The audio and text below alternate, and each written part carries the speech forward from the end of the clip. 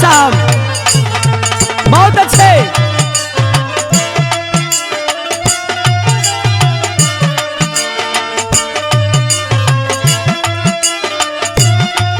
क्या बात है, क्या बात है, एकदम काढ़ा काढ़ा जियो।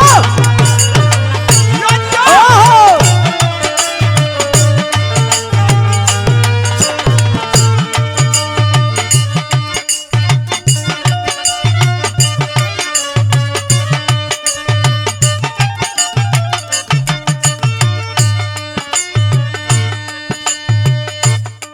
सब भोजपुरिया भाई लोगों के बहुत प्रणाम। बिरहा के श्रोता सज्जनों को मैं आपका भाई, आपका बेटा बुल्लू मस्ताना एक बार पाँव छू के गोर लगाता नहीं। बिरहा गावे से पहले एगो हमारे संतोष भैया मास्टर साहब के दिमागी हरकत बा। एगो मोहब्बत का मारल लड़का अपने बेवफा प्रेमिका से कहता है, क्या कहता है मास्टर?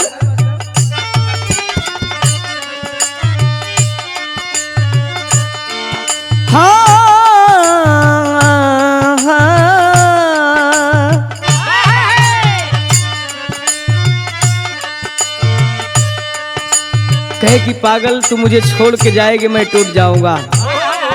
क्या कहता है? जिंदगी जहान हो जाई कर बूझे बेवफाई।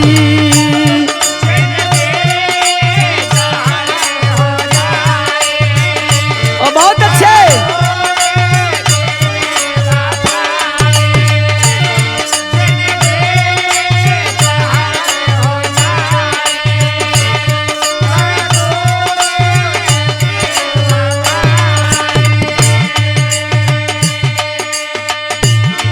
खाके कसम कहिले ई दीवाना जी न पाई। कसम कहिले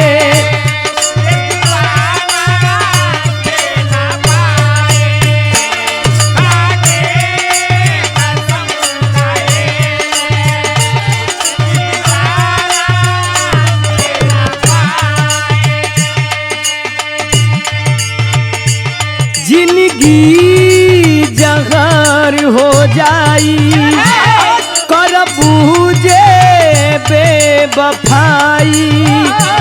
खाके कसम कहिले ई दीवाना जी न पाई। तोहर करब ना पीछा ये अंतिम बाईछा।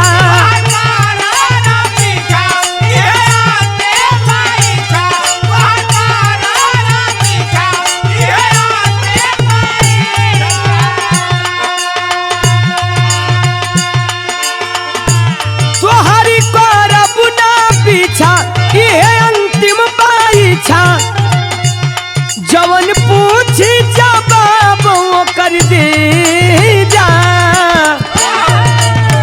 कह कैसे निकलबू तू करे जा से करे जाओ।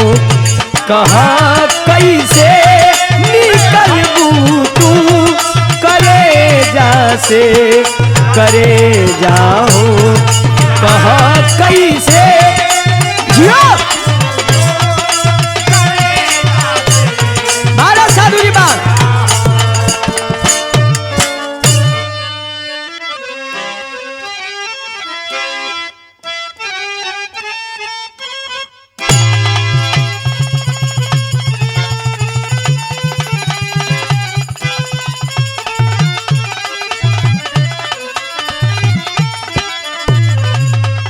हाँ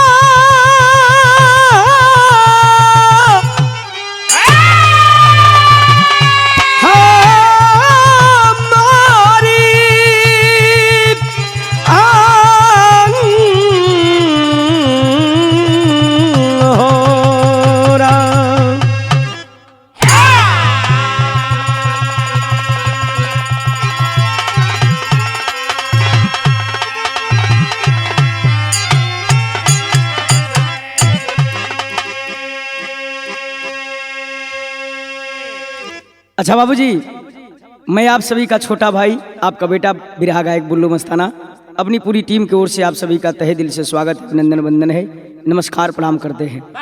और एक सच्ची कहानी आप सभी के बीच में प्रस्तुत है। किरण म्यूजिक की धमाकेदार प्रस्तुति आदरणीय हमारे बड़े भैया वीरेंद्र यादव जी की देखरेख में, जो पूरे हिंदुस्तान को झकझोर करके रख दिया है। इस गीत को आप लोग जरूर सुने और पसंद करें। मुझे आशा उम्मीद है कि आप लोगों को जरूर पसंद आएगा। एगो ऐसन बिरहा आप लोगों के बीच में गावे जात बने जौने का आज चर्चा बा, पूरे हिंदुस्तान में जवनी घटना बा झकझोर के रख देले बा। हम बताते हैं साधु जी, प्यार करना जब पाप है तो प्यार तो भगवान कृष्ण भी किए थे। प्यार करना तो ठीक है, लेकिन प्यार में पाप करना ठीक नहीं है। तो आइए, यहीं से मेरे गीत की शुरुआत होती है। बिरहा में भूमिका से भाव लगा मास्टर साहब कैसे?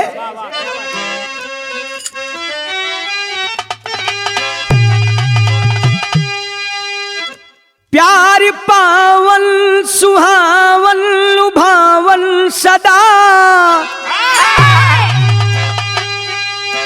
यह हंसता भी है और रुलाता भी है। चूक इसमें कहीं जो जरा भी हुई तो दीवानों की कश्ती डुबाता भी है। प्यार पागल बनाता जमाने को है, कितने जोड़े यहाँ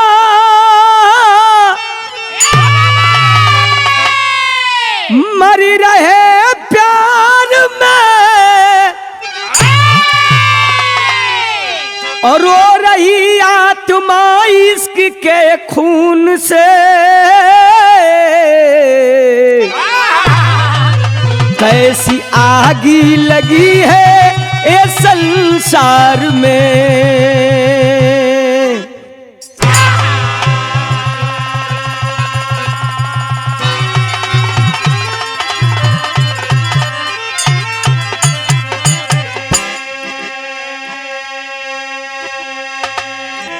बिरहा के श्रोता बंधु, प्यार करना जब पाप है साधु जी, प्यार करना जब पाप है तो भगवान भी प्यार किए थे। ये वही भारत है, ये वही देश है जहां हर दिन करोड़ों करोड़ों आशिक और मासूका को जलाया जाता है। लेकिन बिरहा में एक लाइन गजल का नमूना बा मास्टर साहब कैसे?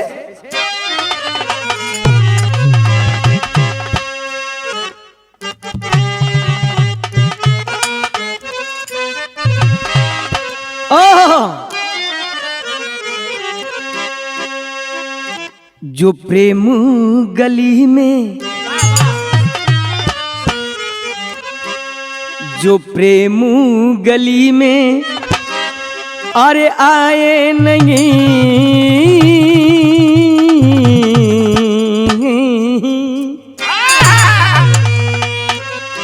जो प्रेम गली में अरे आए नहीं, ओ प्रीतम का ठिकाना क्या जाने। जो प्रेम गली में आए नहीं, वो प्रीतम का ठिकाना क्या जाने।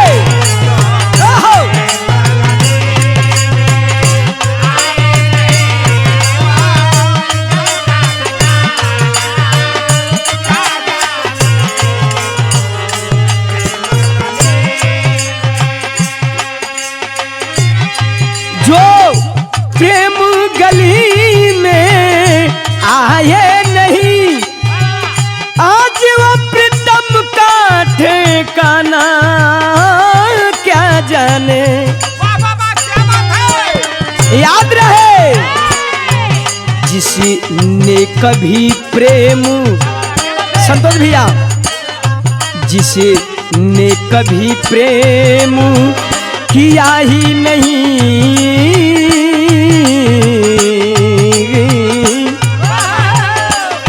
जिसने कभी प्रेम किया ही नहीं, वो प्रेम निभाना क्या जाने, जिसने कभी प्रेम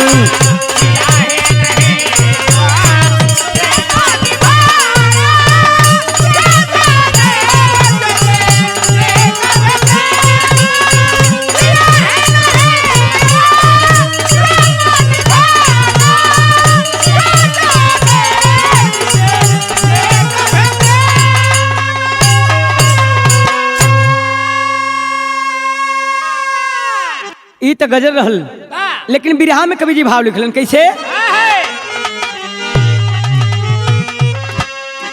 लग जाला जियरा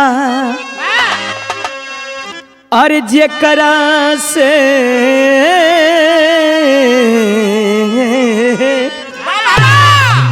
लग जाला जियरा और जेकरा से ओके चांदी अजूरिया ना भावे, लगी जाला जियरा जेकरा से ओके, क्या बात है?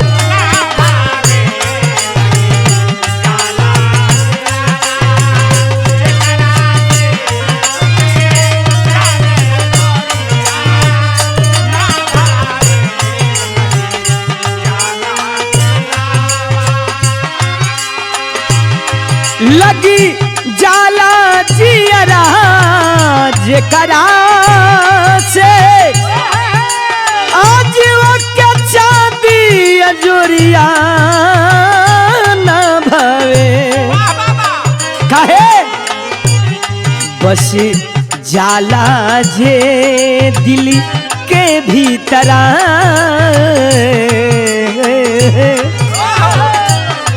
बस जाला जे दिल के भीतरा, ओके गोरिया करिया ना भावे, बस जाला जे दिल के भीतरा, ओके गोरिया करिया।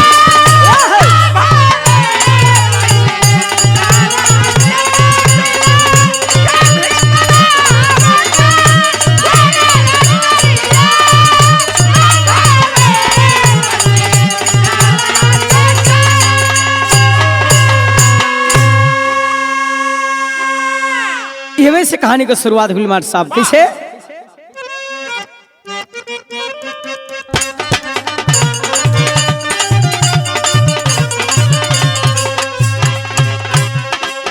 कलम में आह है लिखते करुण कहानी को, कलम में आह है लिखते करुण कहानी को, खून से लथपथ पाके प्यार की निशानी को।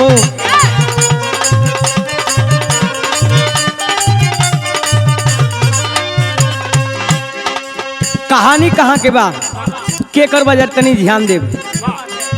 प्रांत बिहार अररिया में ऐसा पाप हुआ, प्रांत बिहार अररिया में ऐसा पाप हुआ, कांपती मानवता हैवानियत संताप हुआ।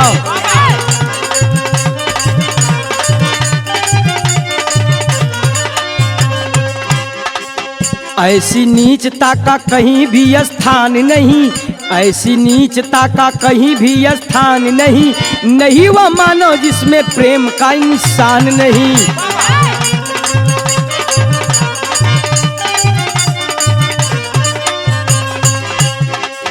गाँव रहरिया थाना रानीगंज बजरिया में, गाँव रहरिया थाना रानीगंज बजरिया में, उमेश यादव गुजारा करते थे बकरिया में।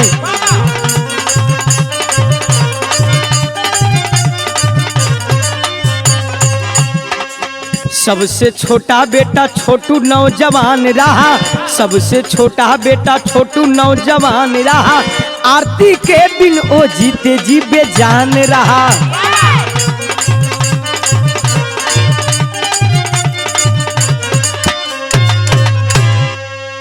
तनी से 2 मिनट कहानी समझ ले। बाबा बिहार प्रांत के अंतर्गत अररिया जिला में एगो गांव, जौना गांव के नाम बतावल गेल रहरिया। रहरिया का रहे वाला उमेश यादव के बड़का बेटा का नाम अशोक, उससे छोट मनु, और सबसे छोट जौने का नाम बा छोटू। छोटू का ननिहाल कहाँ रहल? बढ़वा। रानीगंज में एगो बढ़वा गांव पर हो बाबू। वही बढ़वा आवे जाए में एगो लड़की दिल में बस गई। तो कहल जाला कि लव इज ब्लाइंड, प्यार अंधा होता है। जौने लड़की के पसंद कैले बा ओकर नाम आरती बा। बाबू का नाम धीरेन्द्र यादव। धीरेन्द्र यादव की बिटिया आरती से एक तरफा प्यार हो गई। एगो लड़की के बुला के एक दिन छोटू कलश की सुन रहे बहनी, हाउ लड़की जौन बा आरती, उससे हमके प्यार हो गया बा, एक दिन बात करा देना। लड़किया कलश की पगलाल बड़ा, वो केहू से प्यार वार ना करेले, प्यार का नाम पऊ जरेले। कल तू हमार बात उसे कर, अगर ओके पसंद होई तो बात करी, ना तो ना करी। अच्छा तो एक दिन वो प्रेशर डालत बा आरती के, ए आरती तोरे प्यार में एगो लड़का पागल भइल बा, छोटू नाम बा। आरती बड़ी गुस्सा में भइल, डांट के कहलस अपने सहेली से कि सुन, हमके प्यार वार में कोनो इंटरेस्ट नहीं खे, हम प्यार ना करीला। लेकिन कहल जाला कि रसरी आवत जात के सिल पर परत निशान। बार बार उकर सहेली जौन बा के प्रेरित करे लगल। आज जब प्रेरित करे लगल, एक दिन कल ठीक बा, बात कराई दे। जब बात करोले बा छोटू बड़ा खुश बा। आ खुश बात यहाँ एक लाइन तरज लगल मास्टर साहब, बड़ी रोमांटिक तरज संतोष भैया।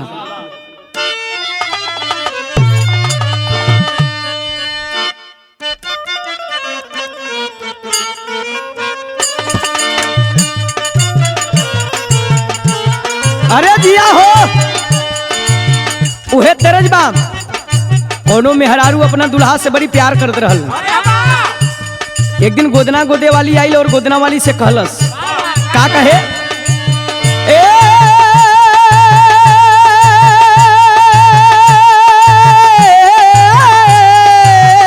हो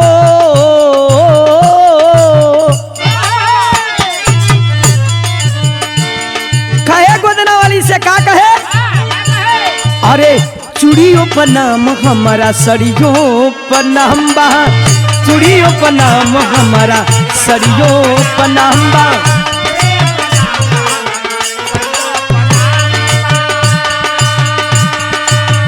उनका खातिर हमारे जीवन तमाम बा। क्या बात है?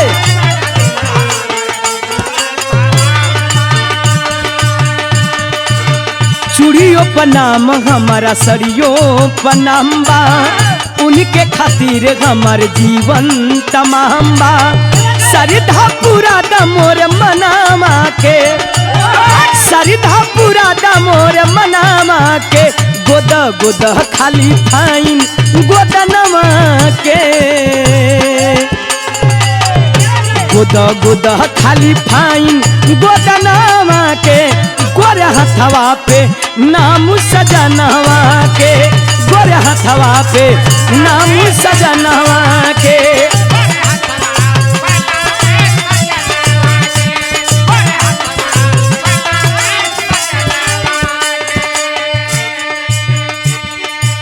ई त तरज बा। लेकिन छोटू जब आरती से बात कैले बा, इतना खुशी की बतावे वाली नहीं के बात। जे प्यार कैले उ समझ तू कि कितना खुशी होला। संतोष भैया तू तो जल्दी वाला। छोटू आरती से कहलस, का कहलस? आरती से छोटू कहे एक दिन बतिया। अरे बाजे बा, क्या बात है मिजाज में?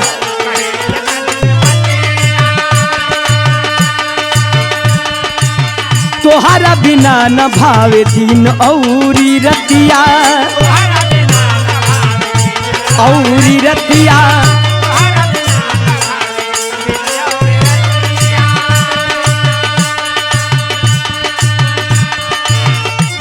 अरे सरिधा पूरा दमोरे मनवा के,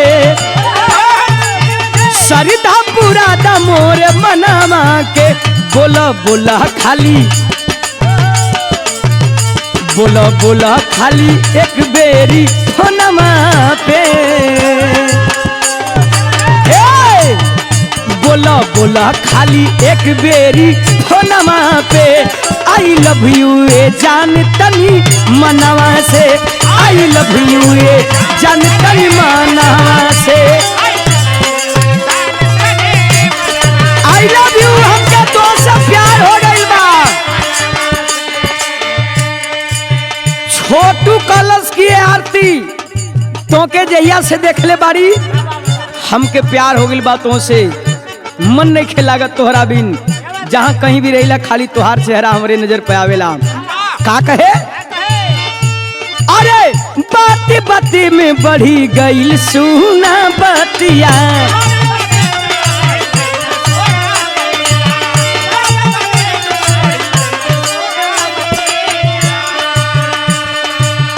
जिया मरे का कसम खैले संगतिया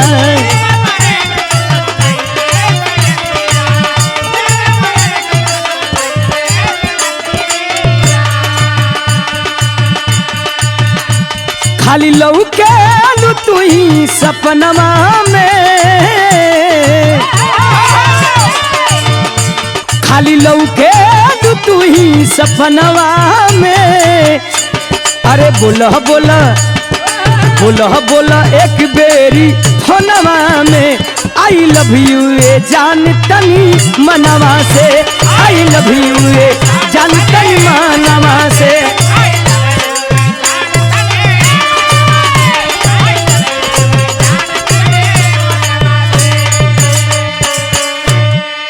विराज सुने वाले बाबूजी एक दो बार तो आरती झटकार दलस कि हम तो से प्यार ना करीला हम केहू से प्यार ना करब हम प्यार वही से करब जिससे हमारी शादी हुई। लेकिन बार बार छोटू बाबूजी प्रेरित करने लगा। आज जब प्रेरित करे लगल तो यहरो भी दिल धीरे धीरे पिघले लगल। छोटू के प्रति आरती के प्यार होके लगल। आज जब प्यार हो गई अब तो रात रात दिन दिन भर बात होके लागल। धनराज भैया आज जब रात भर दिन भर जब बात होके लगल 2 साल बीतल बा। आज जब 2 साल बीतल तो एक लाइन बिरहा में और तर्ज लगत मास्टर साहब बड़ी पुरान तर्ज बा। सुना कोनो देवर अपना भौजाई से कहला ए भौजी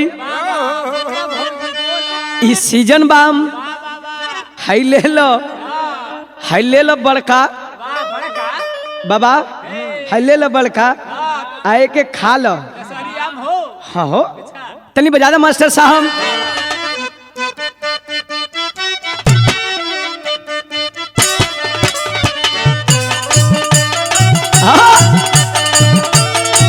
अरे दिया हमार सुगा उहे तरजबाम। अरे खाई गईलू खाई गईलू खाई गईलू अरे खाई गईलू लंगड़ाया मदाम कहिया ले देबू लंगड़ाया मदाम कहिया ले देबू।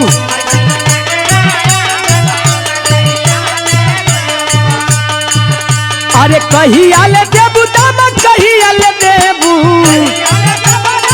हिला के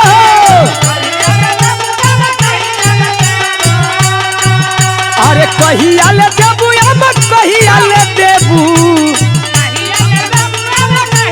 और हिलावा।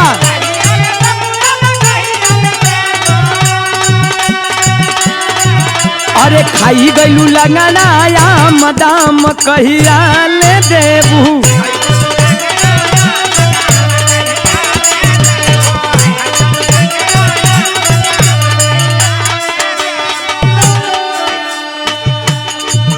लेकिन बिरहवा में भाव लिखलन कवि जी दोनों और प्यार बराबर बा। आग दोनों तरफ लग गई संतोष भैया। आज जब आग लग गई तो कहेला कि चोरी हत्या पाप कबो छिपेला। अब प्यार तो ये आम बात बा केहू केतनो छुपाही लेकिन छुपी उपी। तब कवि जी लिखलन अरे दोनों ओरी दोनों ओरी दोनों ओरी दोनों ओरी कही बुखार प्यार परवान चढ़े लागल। और हिलावा दे और हिलावा हो।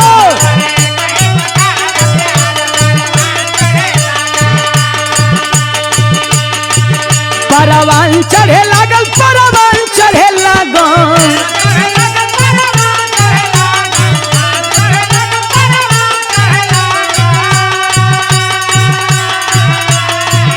परवान चढ़े लागल परवान चढ़े लागल।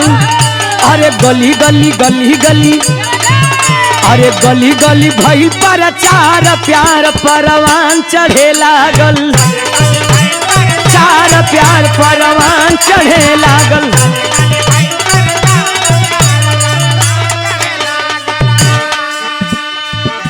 धीरे धीरे 2 साल का दिन बीतल बा। अब गांव में चर्चा होखे लागल। ई आरती कैसे बतियावेले। धीरे धीरे भौजाई रूबी के पता चलल। आरती के भौजाई का नाम रूबी रहल। ओके जब पता चलल बा, अब धीरे धीरे आग बरसे लगल दिल में। एक दिन माई बाबू बुलौलन और बुला के कहलन आरती से, का कहलन? अरे आरती के माई बाबू सब समझावे।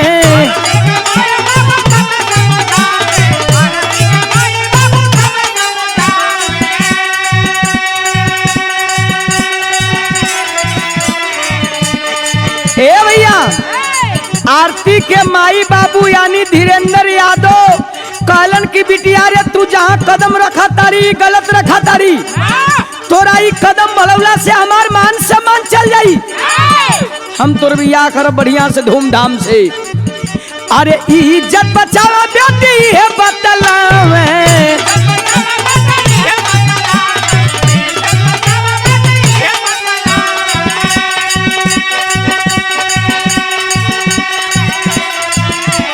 जब माई बाबू का बात सुनलस आरतिया तक कहलस की बाबू हो, हम प्यार करले बानी, कोनो पाप ना। हम जियब तो छोटू के साथे ना तो मरब तो छोटू के साथे। तब धीरेन्द्र यादव कहलन अरे ना तो होई ना तो होई ना तो होई।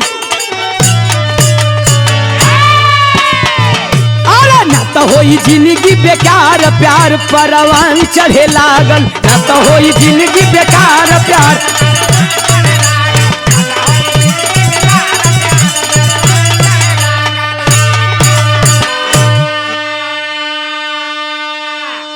आरती का बात सुन के धीरेन्द्र यादव मारे आग बबूला हो गिलन और कहलन के सोच ना मनबी तेकर अंजाम बहुत बुरा हुई।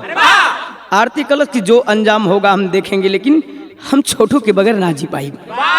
समय बीतल हो बाबू। 5 जुलाई सन 2022 का दिन आल। 5 जुलाई सन 2022 का दिन जब आल हो पंचों, वो दिन छोटू और आरती के लिए काल बनकर के आ गया। तब बिरहा में एक लाइन तरज लगा था मास्टर साहब, कैसे?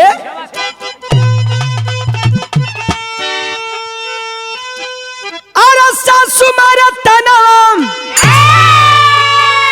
अरे ननदिया मारा तनावा रे तनावा, हई हो मारे ना रे तनावा, हई हो मारे ना। कहा मारे भौजी का बहिनिया रे तनावा, हई हो मारे ना हमारे। अरे दिया लाल बदल जा रहा।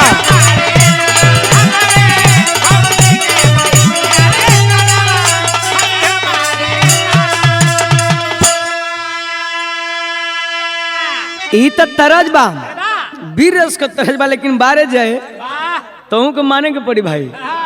बिरहा में कवि जी भाव लिखलन 2 साल बीतल 5 जुलाई के दिन आखिर भइल का।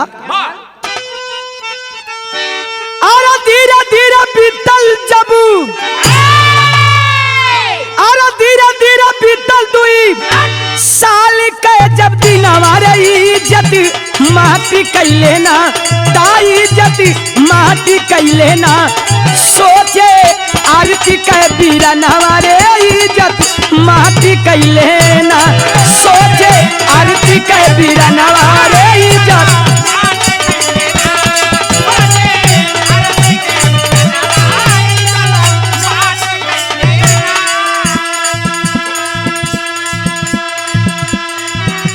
आरती का भाई जेकर नाम रविकांत बतावल गई, भौजाई का नाम रूबी। एक दिन योजना बनावता, का बनौलस भैया? सोचेला धीरेन्द्र बाहरी भाई जगह साई,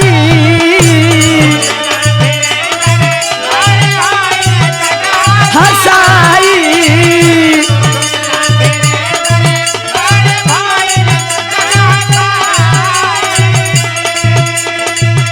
गोदिया का बेटी दिहल से न किया कटाई, दिहल से न किया कटाई।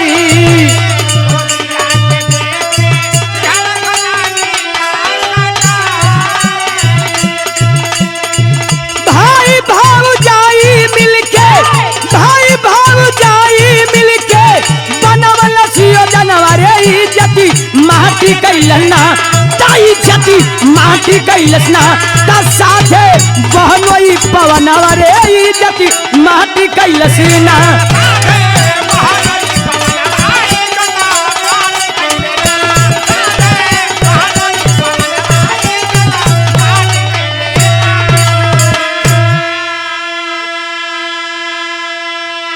अरे बाबू, आखिरकार जब आरती के भाई रविकांत बाम एक दिन अपने दुल्हन रूबी से कलश की सुन रे छोटुआ के बुलाओ आओ कर आज कुल प्यार का भूत उतार दिया जाओ।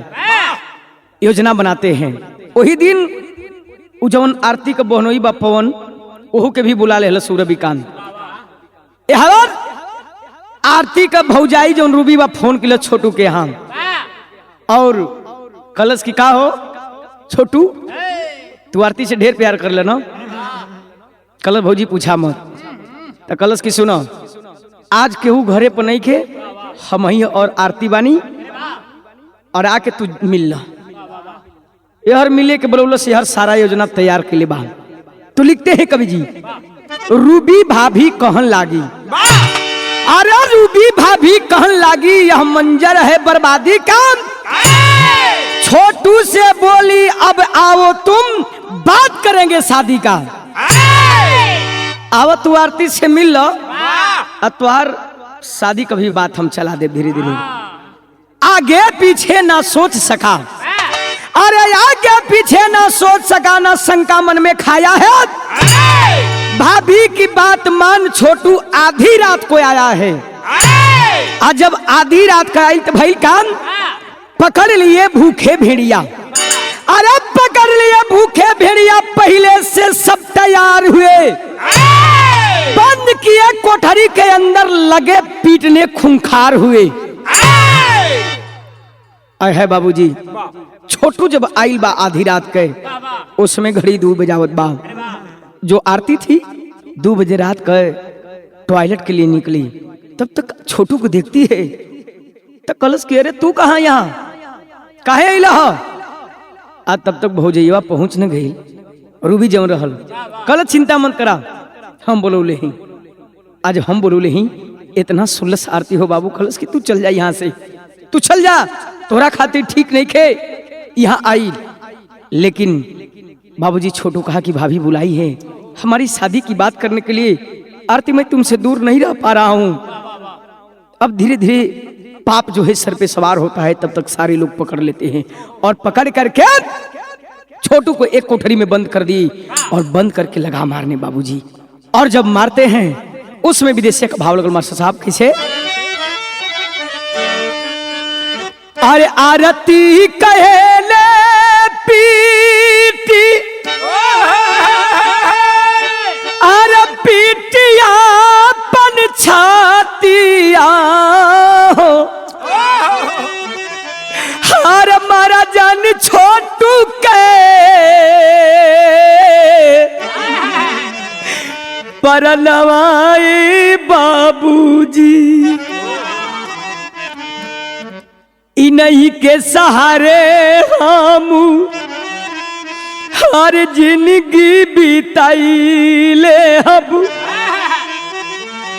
अरे छोड़ दे अब गावया भावनवाए बाबूजी। आय है बाबूजी। आरती जौन बाप दौड़ दौड़ के दरवाजा पीटत बा, हे बाबूजी मत मारो, ए भैया, ए जीजा, हे भाभी, छोड़ाओ ना हमारा छोटू के, हम छोटू के बिना ना जी पाई, हम छोटू के बिना मर जाई। आय है बाबूजी। उस समय एगो बात और कहलस, अरे कहीं ना कहीं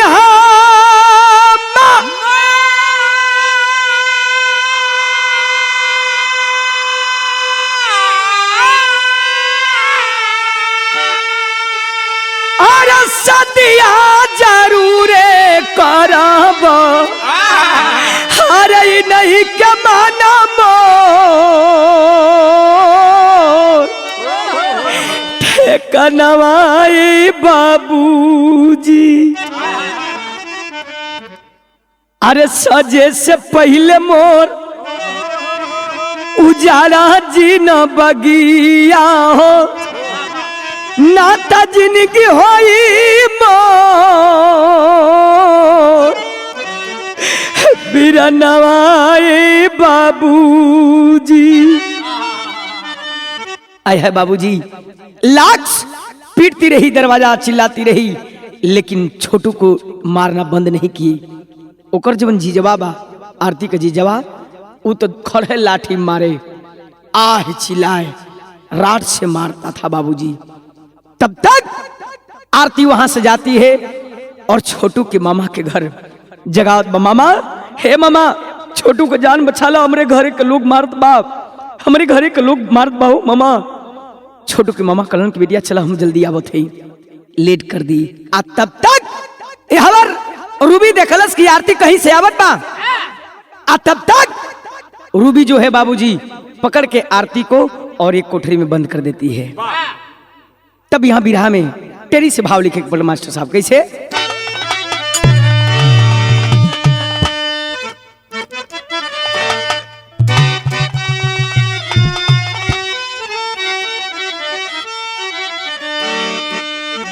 अरे फूलों की रानिया धांगो हो, फूलों की रानी आधा हो गई, काली कलप उठी हो गया प्यार में बाधा, यार हो बाधा, यार हो बाधा। आय है बाबूजी। अजब आरती एक कोठरी में बंद हो जाती है, वही में छिलात बाह, हे बाबूजी मत मारो, जितने लोग मारे, जितने चिल्लाए छोटू, उतने आरती चिल्लाए हो बाबूजी। प्यार की थी ना, सच्चा प्यार था। एगो बात और कलश रोके, काकलश विधा में बड़ी मार्मिक भाव हो मास्टर साहब।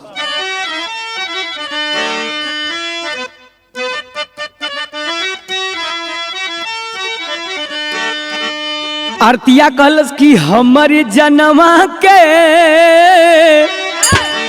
हमारे जनमा के हर मारन जनवा माना कहनवा मोर, हमारे जनमा के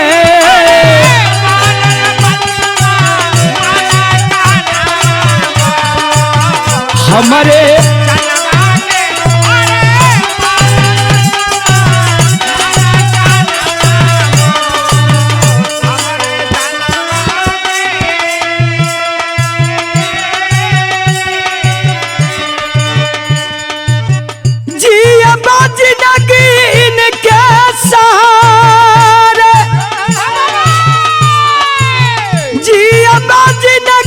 इनके सहारे ये बड़े सजनवा मोरी की, हमारे जनवा के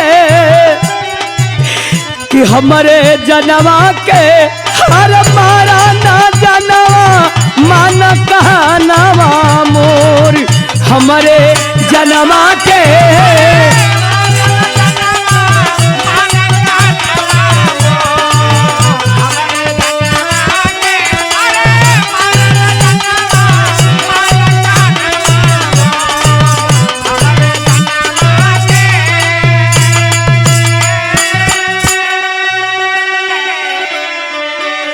अरे बाबू चिल्लात बारोत बा, मत मारा हो बाबू लोग, मत मारा, हमारे सजे से पहले सिंदूर मत उजाड़ा लो। लेकिन हुआ क्या मास्टर? अरे रहम किए ना बहमू चढ़ा था, सगरी नीची कसाई, लाठी रात से मारे पवनम, अरे दिया करंट छुआई कि हमारे जनमा के, कि हमारे जनमा के कल पे माया नवा बरसे नया नवा लोरी, हमारे जनमा के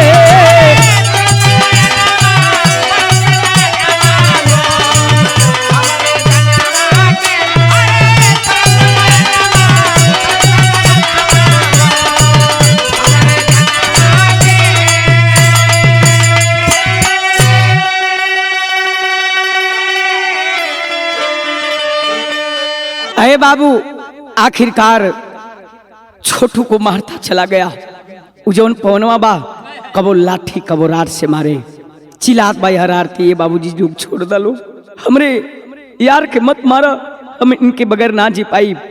लेकिन नहीं माना, और जब नहीं माना तो अंत में लाइन का करंट दे देता है बाबूजी। और जब करंट दिया सुन पपिया हो पंचो, छोटू का आवाज बंद हो गई। और जब छोटू का आवाज बंद हो गई, आरती की आवाज जब ना मिलल तो समझ गई कि हमरे होके वाला सुहाग के लोग मार दियलस। अब हमार छोटू ये दुनिया में नहीं खन, कम के करे सहारे जी। अब किसी तरह से मोबाइल पाती है, और मोबाइल जब पहुलस तब फोन लगौलस। बिरहा में फपट का भाव लगल मार साहब, अरे करे आरती ए बाबू करे आरती, फोनवा पैरू दानवा पापा आवा हो, अरे करे आरती फोनवा पैरू दानवा पापा आवा हो, अब बची न तोहरे छोटू के परनवा पापा आवा हो।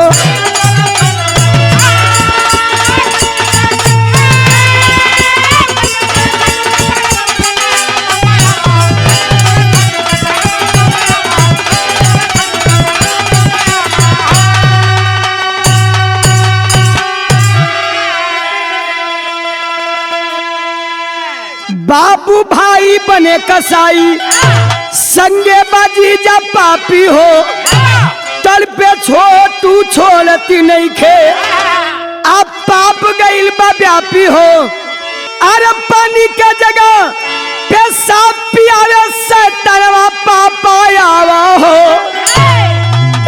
खातर में बहा मारो परनवा पापा आवा हो।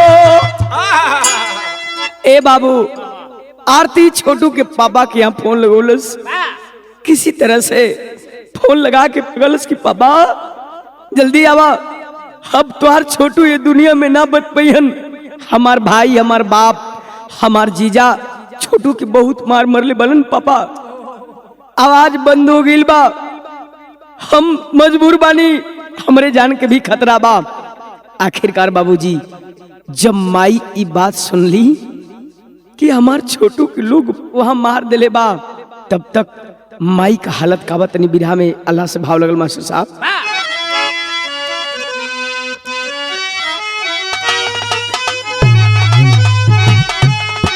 हाय राम अब बाबू कहे जिया रावा ए बाबू हो, अरे बाबू कहे जिया रावा कठोर भाल होला पंचो,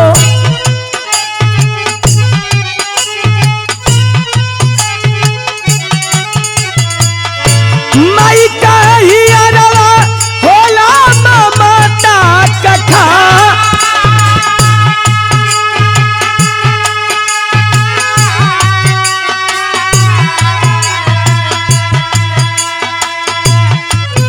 अरे सुन कर के बातिया बिहार गईल छतिया बाबू।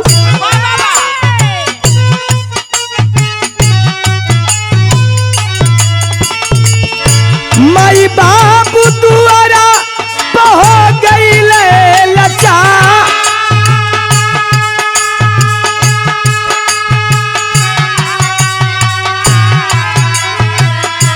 हिम्मत जुटा के सब आइल बबढ़ुआ बाबू।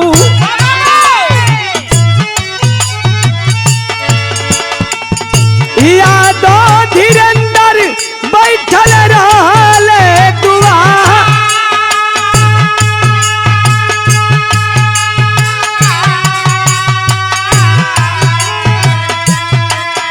अरे छोटू से बिन बादे बेकुल बाजी अरवा बाबू।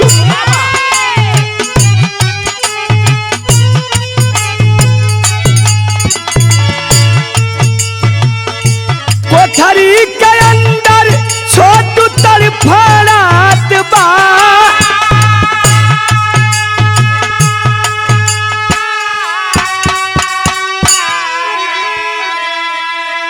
आए है बाबूजी, पूरे गांव के लोग जुटल बाड़न और छोटू के पापा जब आल होन उसमें हालत जब देखलन अपने बेटवा कहो बाबूजी तो होत कहा तनी से बिरहा में सदर आला से भाव लगल मास्टर।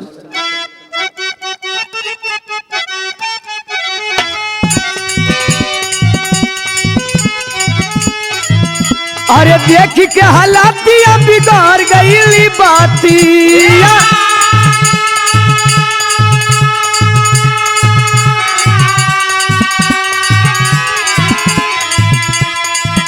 अरे पिजला से सुगना त भइल बा फरा।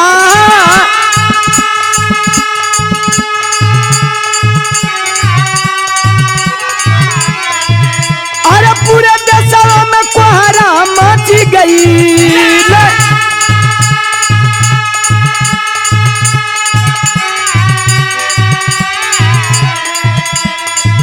अरे पूरा प्रशासन वहां गईल बाटे यार।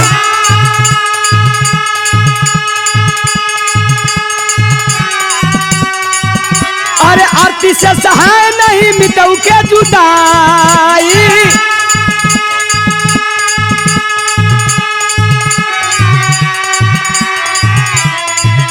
अरे रोवे हाथ छोटू के चेहरा निहार।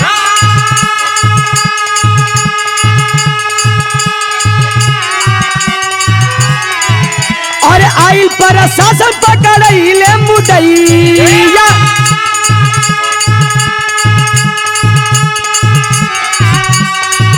अरे आइल प्रशासन पकड़ले मुदैया।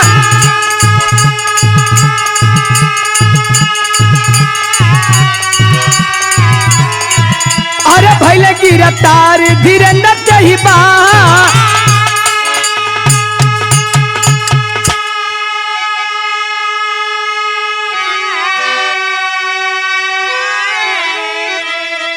आए हाय बाबूजी, उसी कोठरी में तड़फड़ा करके छोटू अपने दम को तोड़ दिया। बाबू के सामने बेटवा का दम निकल गई। गांव घर के लोग जुटल होन, तब तक थाने के लोग आ गए, पुलिस प्रशासन के लोग आए। और जब आए तो धीरेन्द्र को बाबूजी अरेस्ट कर ली। अरेस्ट करने के बाद उसको तो ले गए, लेकिन लसिया के देख करके गांव का पूरा लोग और आरती छाती पीट पीट के रोत बा। आए है बाबूजी, लाश पोस्टमार्टम हो करके जब वापस आइल बा, लाश देख करके छोटू यादव का बाबू रोत हो बिलखतून, आरती रोत बा। उसमें जब कंधा पर अपने बेटवा का लाश लेलन तो एक लाइन भाव लगत मास्टर साहब।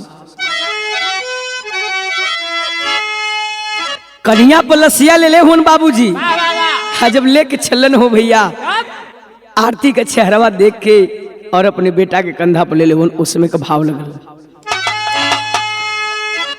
एगो बाप खातिर इस सबसे बड़ी दर्द का बात बा। जौन बाप के कान्ही पर अपने जवान बेटवा का लाश होके, वो बाप कैसी थी, उसमें का हुई। यही के कवि जी लिखले हुन, कहलन अपने बेटा के लाश से, का कहलन? अरे कबले ढोवई बावो सुगनवा, अरे कबले ढोवई बाहो सुगनवा कन्हिया पैलसिया बाहो सुगनवा।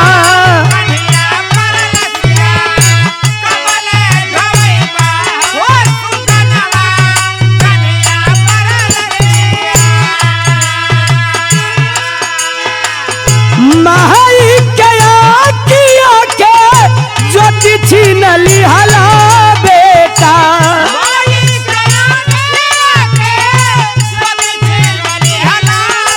बेटा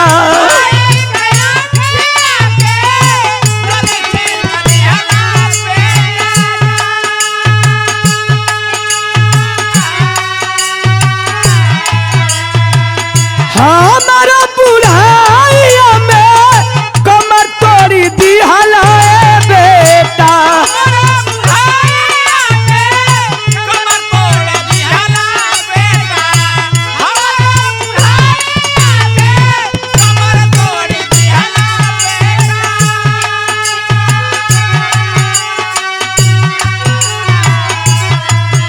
अरे कवन चूक भइल मोर पलनवा,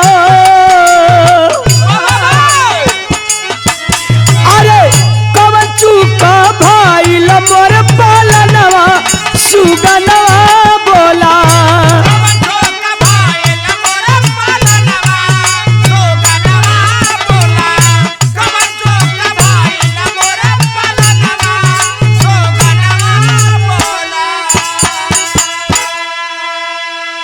बिरहा सुनने वाले बाबूजी जितने लोग वहां जुटे थे सबकी आंखों से अश्क की धारा बह पड़ी।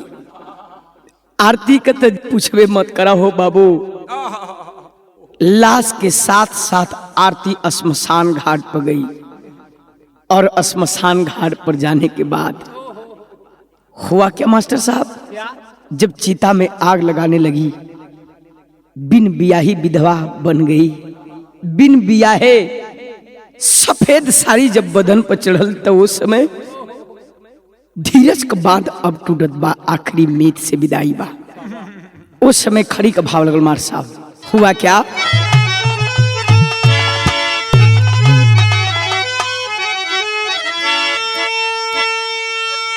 आरती मुखग्नि दान जब देवे छलल हो भैया, मुखग्नि दान दे के जब चिता में आग लग गई जलने लगा तो उस समय को बात कहलस, जितना लोग श्मशान घाट पर रहलन सबके कलेजे कांप गए बाबूजी। क्या कहती है?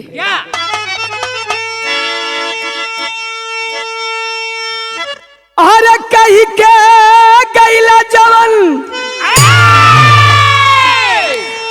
अरे कही के गैला जवन बतिया कोइल बिसारी, हमारी मांग में से नूरावा हो अबू के भरी,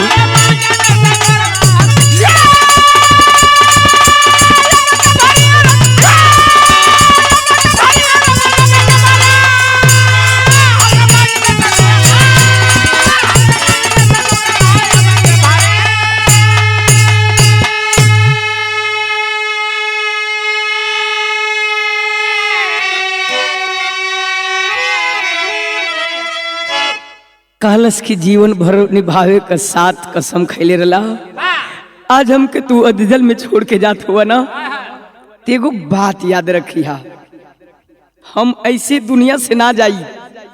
का कहे भैया?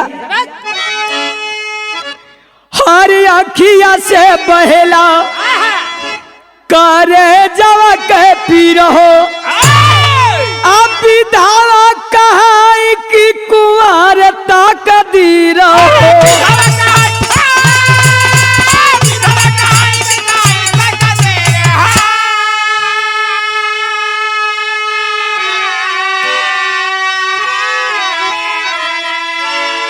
अरे जिंदगी हमार तारा जिंदगी माई हमार चौराहे ऊपर भइल बाखरी तमर मांग में से नुरावा हो अब के भा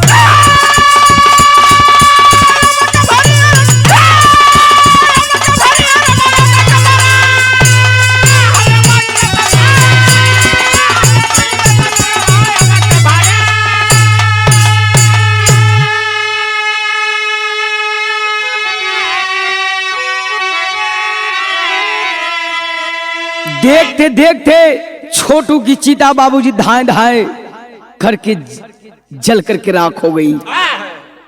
उमेश यादव कहलन की बिटिया तू मेरी घर की आबरू है ना, तो एक मेरी बात सुन। पूरे गांव जवार के लोग जुटे हैं, उस भीड़ में उमेश यादव एगो बात कहलन ओ आरती से। मीडिया पर भी ये बात को दिखाया गया था जो अपने जुबान से उमेश यादव बोले थे। का बोले भैया?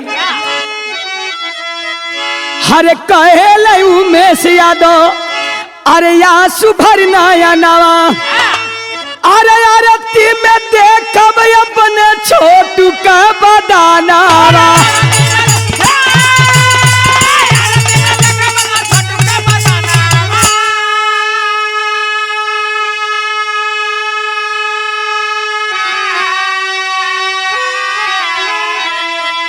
सवाल कर दिया उमेश यादव, पहुंच ले अपने आंखों की आंसू। बेटी मेरा बेटा मर गया तो क्या हुआ, तू मेरे बेटे से बढ़ के है, तू मेरा बेटा बन करके रहना। एक बात और कहते हैं जो कलेजा चीर देगा। कौन सा बात मास्टर साहब? अरे भला ही बोझ जिंदगी भर तारा भला ही बोझ जिंदगी भरी अरे ढोवे की परी तो हमारी मांगी में से नुरावा हो अबू की भा।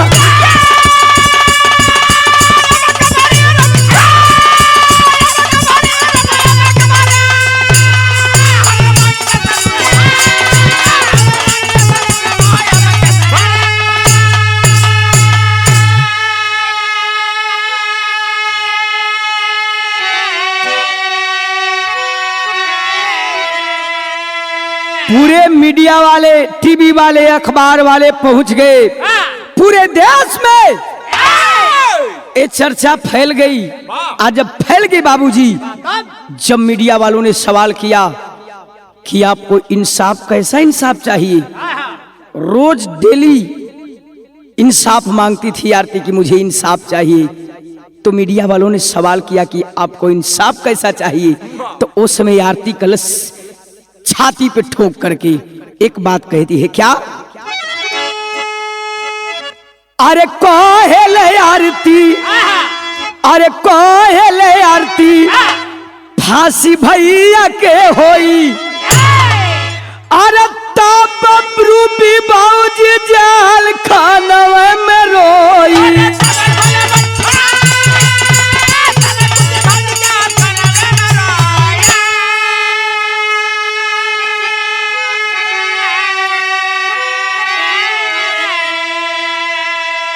कहती है आरती की मुझे इंसाफ के बदले मेरे भाई, मेरे बाप और मेरे जीजा पवन कुमार यादव को फांसी होनी चाहिए। जैसे मैं बिन बियाही कलप रही हूं और आजीवन जब तक फांसी नहीं होगी तब तक अपने प्रीतम, अपने प्यार का चेहरा अपने सीने में लेकर के कुंवारे जिंदगी बिताऊंगी। बारे वो आरती और बारे प्यार। लोग ताली बजाने लगे, पूरे देश उस लड़की के हौसले को सलाम करता है। लेकिन एगो बतिया और कलश हो भैया, आखिरी में कवि जी के कलम रो पड़ी। कौन सी बात? अरे कवि का कलम लिखत में गईली सिहारी क्या हमारा मांग में से नुरावा होया बके भार।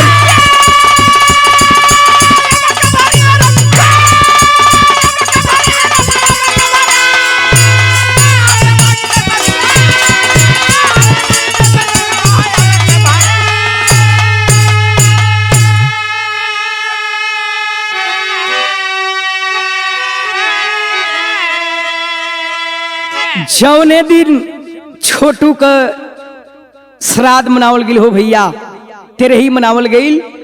वो दिन आरती अपने प्रीतम के माला चढ़ा करके फूट फूट करके रोने लगी और मीडिया के सामने आकर के बोलती है, मुझे इंसाफ चाहिए, मुझे इंसाफ चाहिए। जो मेरे मीत को, जो मेरे प्यार को मारा है उसे फांसी चाहिए। अगर मेरी सुनवाई नहीं होगी मैं कोर्ट जाऊंगी, सुप्रीम कोर्ट जाऊंगी, हाई कोर्ट जाऊंगी, लेकिन जब तक फांसी नहीं होगा तब तक चैन की नींद नहीं सोऊंगी। अभी भी मामला चल रहा है, यही तक कहानी मिली और यह से हमारे विरह का समापन बा। आखिर लाइन में गुरु घराने से परिचय मिला मास्टर साहब। कैसे? गुरु बिहारी गुरुपत्तू नैनों से बहता नीर, काशी बुलू ना सहाले, अरे कलयुग वाली पीर, तब फूलों की रानी आधा हो, अरे फूलों की रानी आधा हो गई, धर्मचंद मस्ताना एक डोर में सबके नाधा, फूलों की रानी आधा हो।